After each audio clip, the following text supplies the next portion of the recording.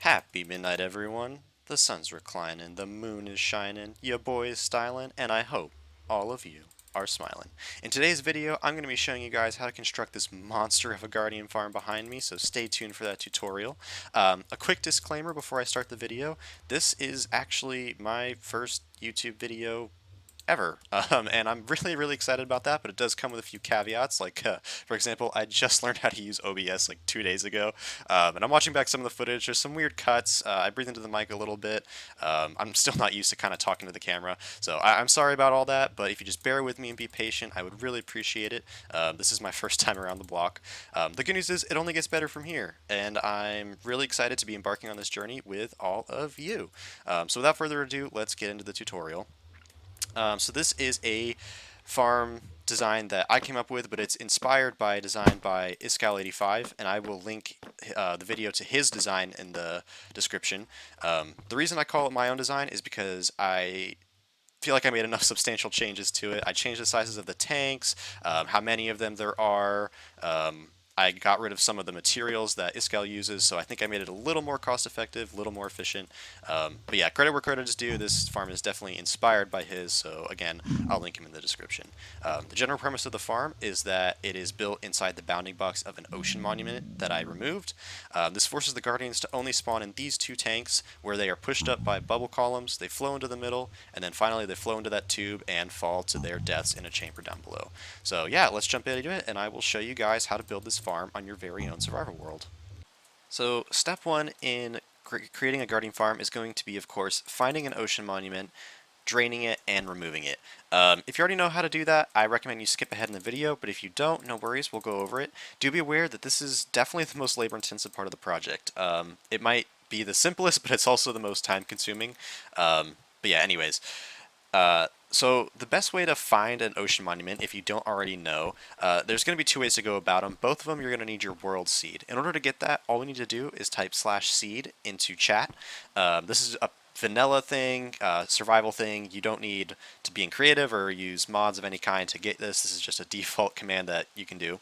So anyway, this is the seed of my world, and we can do one of two things with this. Either we can go online to a website like Chunkbase or the like and plug in that seed and use a website to help us find the ocean monuments. That can be pretty useful. Or there's a second method, which I'll show you right now.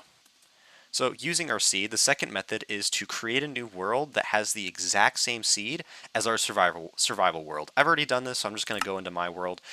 Okay, so here we are. I'm still in F5. This is the same seed. You can see actually I've developed my area in my survival world a lot more than here, of course. But yeah, this is the same seed as my regular world. And so from here, we can do the /locate command.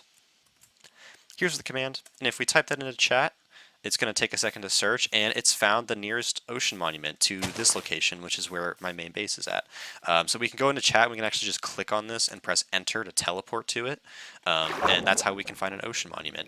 Now, you want to pick a location strategically. This ocean monument isn't in a great location. It's surrounded by ice, which will make it harder to drain, yeah, so that's one of the things to look for. Another thing is that they can spawn over like underwater ravines, so when you're filling it in, your sand falls super low, and it just costs a little bit more in both time and resources to do that. So it's good to check multiple locations to find the best one for you. This one for me is not it, so I'm going to go to a different one. So here we have a different monument in a different place in the world, and we can kind of scope it out and see. This is looking like a lot more nice of a location. So it has no ravines, it's got no obstruction, so it should be pretty easy to drain, and it's actually in pretty shallow water, which makes it really nice. So we record the coordinates of this portal, this monument by looking at our F3 screen that's up here in the top left for me. It's like that for you as well. I just have a mod that makes my F3 colorful. But yeah, we can see these are the coordinates. It's around -900, +150.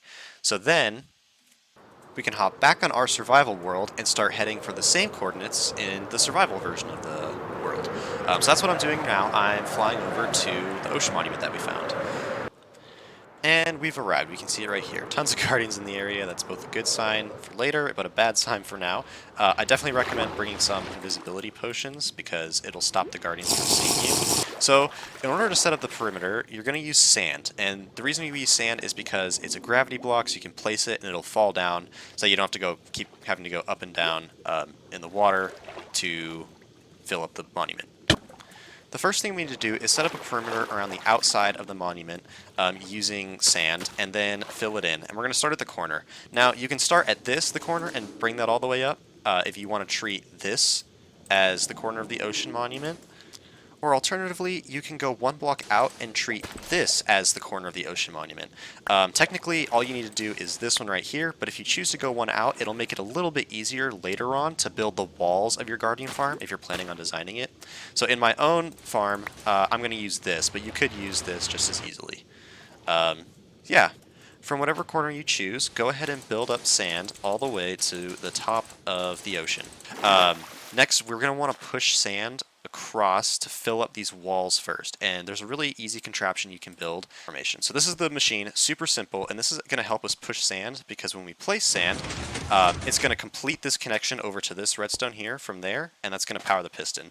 So this is a super useful mechanic for filling up our ocean monument, and I definitely recommend doing it this way. It's very, very quick. Now, one thing you need to be careful of that's kind of annoying is that when sand falls on kelp, it breaks, kind of like sand falling on a torch or sand falling on a slab. So you can see all this is just kind of breaking, and it can be tough to see at first until the sand starts flowing to the top. So I recommend before you start placing the sand, go and break all the kelp along the pathway that you plan to place the sand. So this will keep it from breaking, and it'll go a lot faster.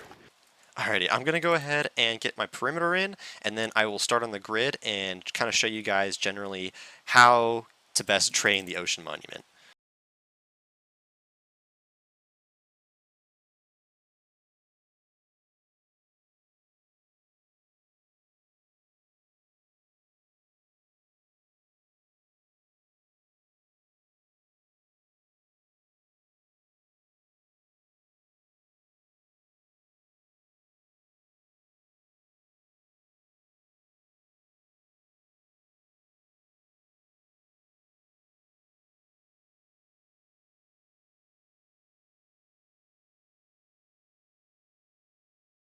So once your grid is in, the next step is to start placing sponges inside each of the columns. You should have some sponges already from defeating the ocean monument. I recommend visiting a few ocean monuments to get more sponges, because the more sponges you have, the quicker it's going to go. Sorry. But yeah, I'll show you a quick video of how I do my sponges in the columns, and yeah, you're going to want to clear every single column. It is very tedious, I know, but that is kind of the grind that comes with these larger projects.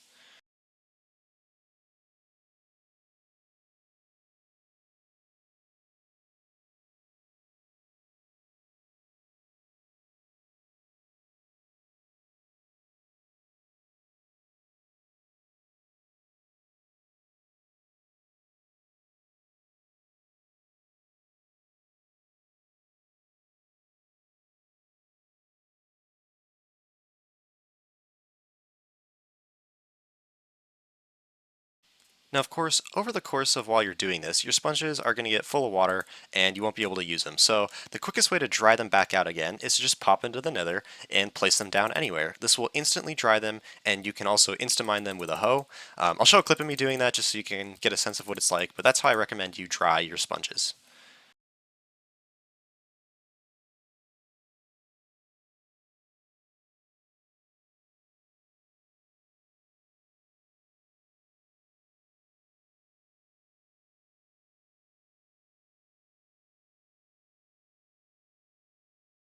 Once all the columns are dry and drained, the next step is going to be to remove all the sand you just placed.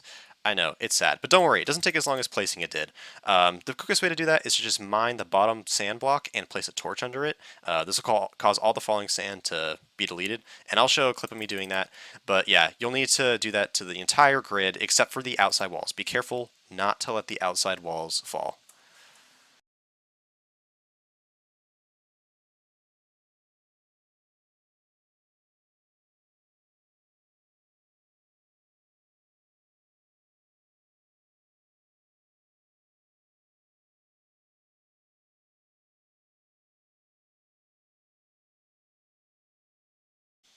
This should leave you with an ocean monument that's kind of just out in the open. Now, the inside of the ocean monument is still full of water, and we need to take care of that.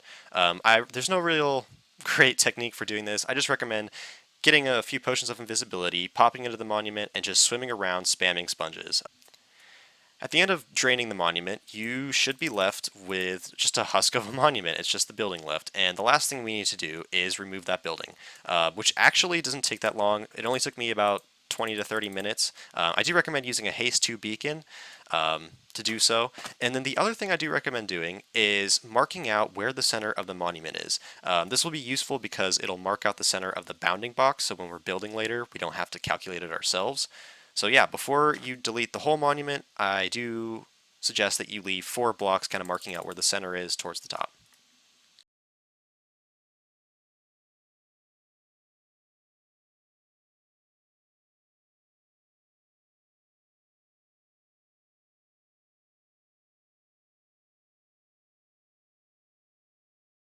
And ta-da!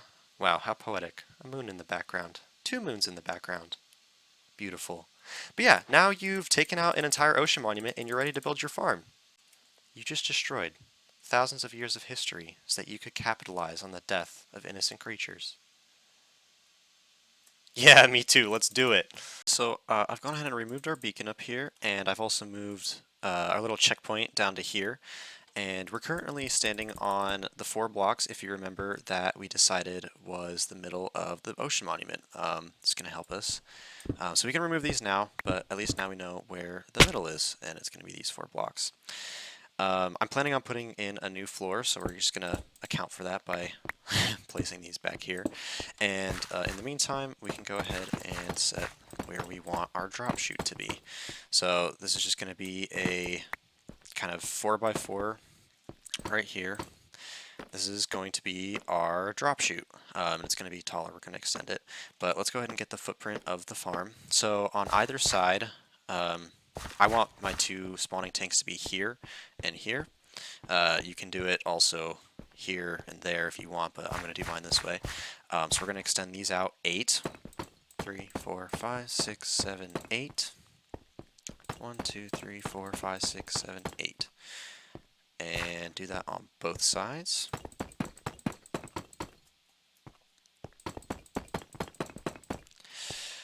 Alright, and then coming out from these, we're going to want to go another 8. So 1, 2, 3, 4, 5, 6, 7, 8. And 1, 2, 3, 4, 5, 6, 7, 8. And then connect these up. Oh.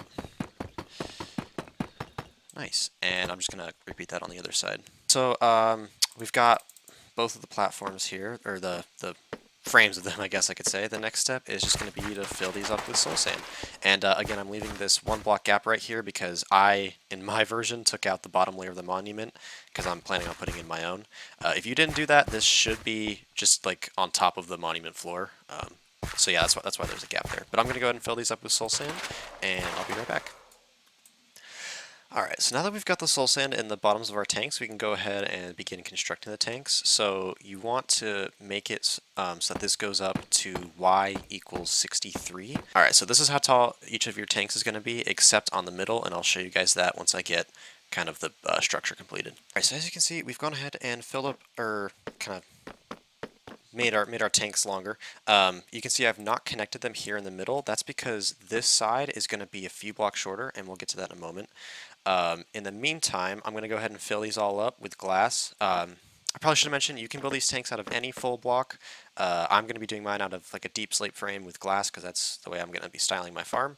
But you can do this out of any block. So yeah, I'll fill up these outer sides and then I'll bring you guys back in for what we're going to do here.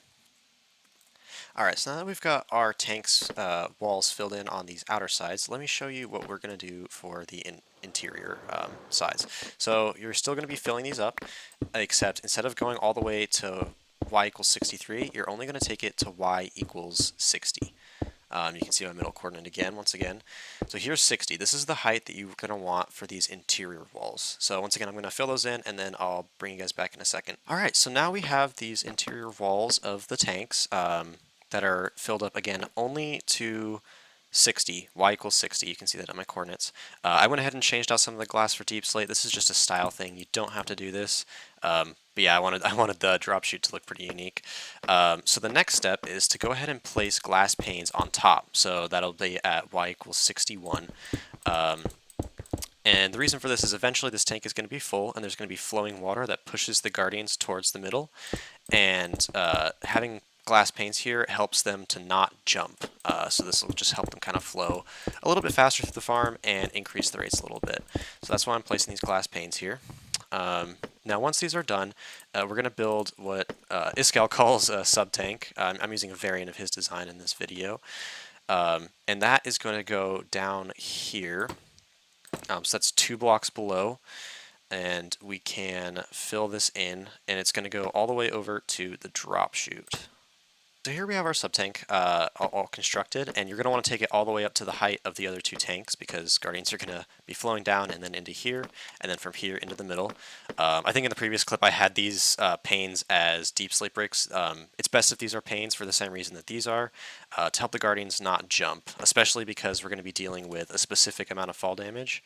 If they take more than that, then they might instantly die, whereas if you want to do player killing, you don't want that. So again, these 2 blocks that are closest inside on the drop chute need to be glass panes. We can go ahead and place water right here and right here. As you can see, that's going to flow perfectly right here. So it's not going to flow over, but it'll be able to push the Guardians directly over this edge right here. That's really good. Same on the other side. Right, buckets. Water here and water here. Alright, so next step is to record the Y level of... I'm flowing. Okay, so our Y level is 58 right here. So Guardians can fall 34 blocks and die, or 33 blocks and be one-shot. For the time being, we're going to do 34 blocks that they die instantly. So we need to go 34 blocks down from where they start the fall. And I've typed that equation in chat. We have 58 minus 34, so we need to get to y equals 24. We're at 24, so right now if the Guardians were to fall from there and land here, they would die. So what we want to do is go ahead and quickly make a collection system down here using hoppers. So we'll just do that for now. That, and that. So right now if Guardians fall, they'll die and all of their drops will end up here. So the next thing I'm going to do is clear out an area kind of near here, and I will make like a little collection point, and then we can start filling up those 2 tanks. Alright, so I've dug out a little room, and this is a very rudimentary storage system. This is not what I'm eventually going to have here, but for the sake of the tutorial, this is all you technically need. And I completed the drop chute, so it's all enclosed. And I've got this little hole that I can, fly in and out of. So as of right now, the only things we're missing to get this Guardian Farm operational are the water in those 2 tanks and a roof on top. So I'll show you guys the best way to fill these up with water, and we can put a roof on it and see it working. So the best way to fill these up with water is going to be to head to the bottom, and you're going to place a water source there and then a water source there. That's going to make this one an infinite water source. And you can basically just repeat that process. And basically, yeah, you can see we're starting to get some bubbles. You're going to want to go along 2 of the edges so that when they cross, you can see these are all turning into water source blocks. Oh, that's not, or that's right. Nope, not right. There we go. Alright, so I'm just going to do that quickly. So yeah, this level of water is complete, and then you're just going to want to repeat. So I'll do that. The bouncing is a little bit annoying, if I'm being honest, but it's something you got to deal with. So yeah, I will bring you guys back in when I have both these tanks filled. So as you can see, I've got this left tank full, and when you get to the level that's right below the stained glass, instead of keep going with the filling, you're going to do a temporary dirt layer at the same level as the glass panes. Alright, so we've now got our temporary dirt layer. You can see Guardians are starting to pile up. We just want to go ahead and do a single stream that flows towards the middle, and we can do that the same way we started by filling them up, just by placing source blocks next to each other. And now we have an even layer of flowing water, and you'll notice it comes right up to the glass, but not over it, and that's really important. So once you've got this flowing water right here, you can remove the dirt layer, and then because we put dirt here, we know that this second layer underneath our flowing layer is not yet source blocks. So I'm just gonna dip down here, and in order to get those to be source blocks, we just have to do what we did with the other layers. So it's gonna be source blocks on this side. Give me a moment. All right, so I'll finish that off, and then we can get the second tank. Alright guys, so here we are. I have filled up both tanks, and the filling up of the tanks was by far the most annoying part because you're just bobbing up and down in the water and misclicking buckets everywhere. It was not my favorite. I've seen other methods of filling tanks using kelp. That has its own pluses and minuses. Feel free to use that. If you do that, you have to start with temporary bottom layer of dirt rather than soul sand. But anyway, this is the method I chose.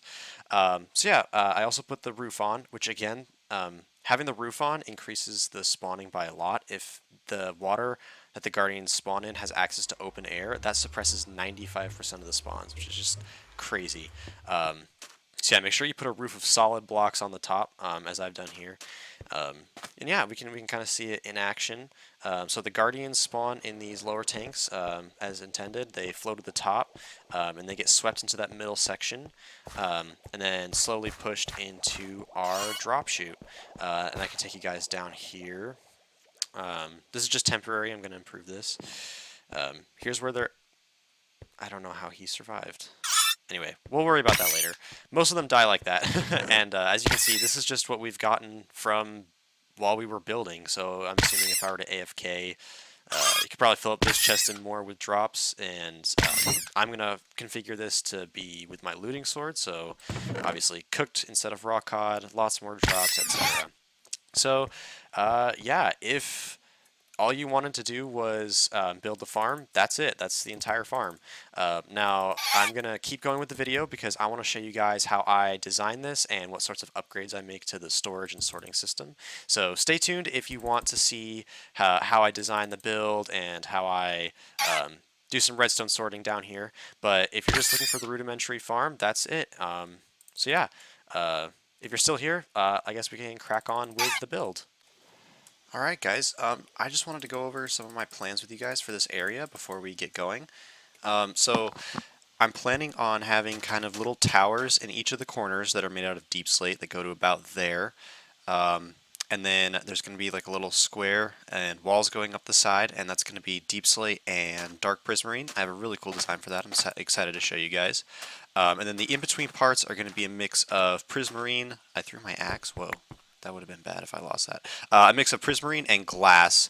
So that would be like each of these middle sections, kind of in a T shape with roads leading up. I've done a little bit of work in the area down below. I'll show you guys that after we get the exterior build done.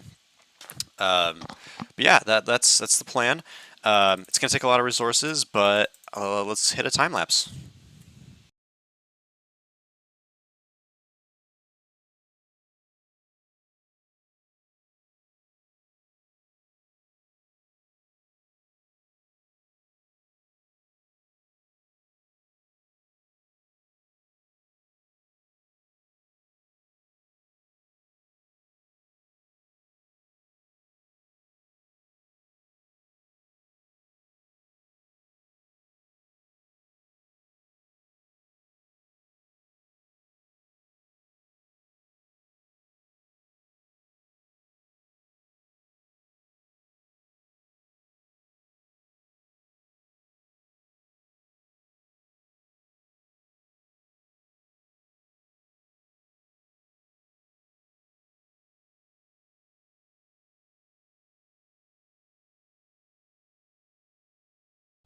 And there we have it, ladies and gentlemen. Here is our farm design.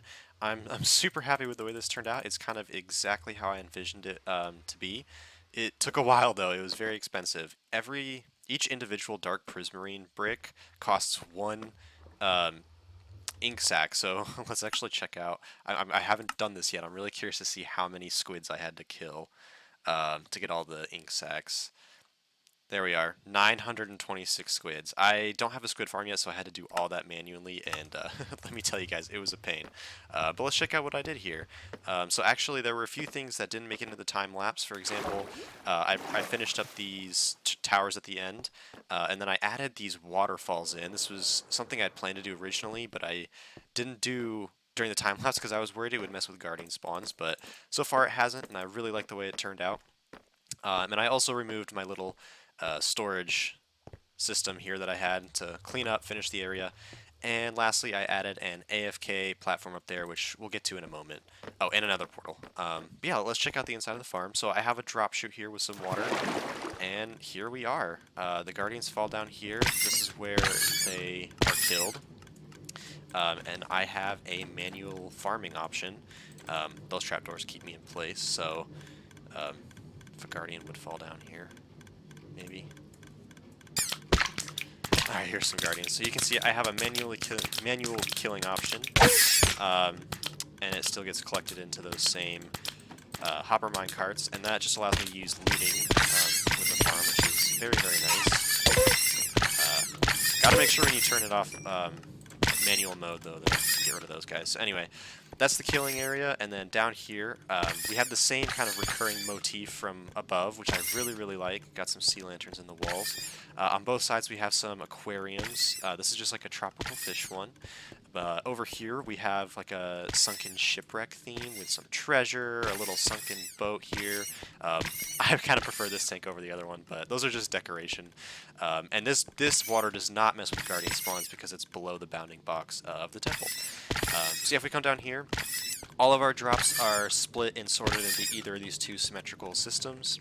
I emptied this a lot when I was crafting up the Dark Prismarine, so I'm actually impressed that there's this much in here. So we have 3 of these units are for the shards, 3 of these units are for crystals, and then lastly we have fish. There's some cooked, some raw, depending on if I was using my looting sword. And then this storage right here is just going to be for like bulk storage for the crafted blocks. That'll be Dark Prismarine and Sea Lanterns. And then yeah, we walk through this hallway. This is a bubble elevator leading back up, and then on either side I have doors where you can get to the redstone. I didn't really bother to decorate behind here because I'm not really going to be back there all that much. The redstone's in good shape, and yeah. So let's go up the bubble column. Alright, so yeah, that's the farm. I do want to show you guys real quickly. Oh, I forgot to mention this one detail. These are fog effect skylights, which I really like. But anyway, I do want to show you guys something that I figured out about the spawn rates, or more that I should have taken into account. So if we head down here where we kill them normally, I'll go ahead and use my cam account so we can check out the spawn rates. These are the spawn rates when I'm down there. And the spawn rates drastically increase when we go up there, so I'll show you those real quick.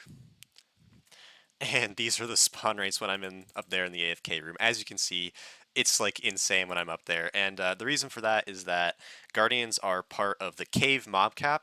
So when I'm down there in that area, I'm actually loading caves underneath this whole area that are filling with mobs, and that slows down the rates of this farm by filling the mob cap with mobs that aren't guardians. But when I'm up there in that AFK room, as I am right now, my players up here, yeah, we get these much faster spawns. So if you're gonna do the automatic killing mode, I do recommend building a platform that is a stack and a half of blocks up. So what 96 blocks up above the farm. But yeah, you get these kinds of crazy spawn rates. So that brings us to the end of the video, everybody. Thank you so much for joining me. I hope you guys enjoyed the tutorial. If you did, feel free to leave a like and subscribe, but no worries if not. And until next time, shine on, little stars.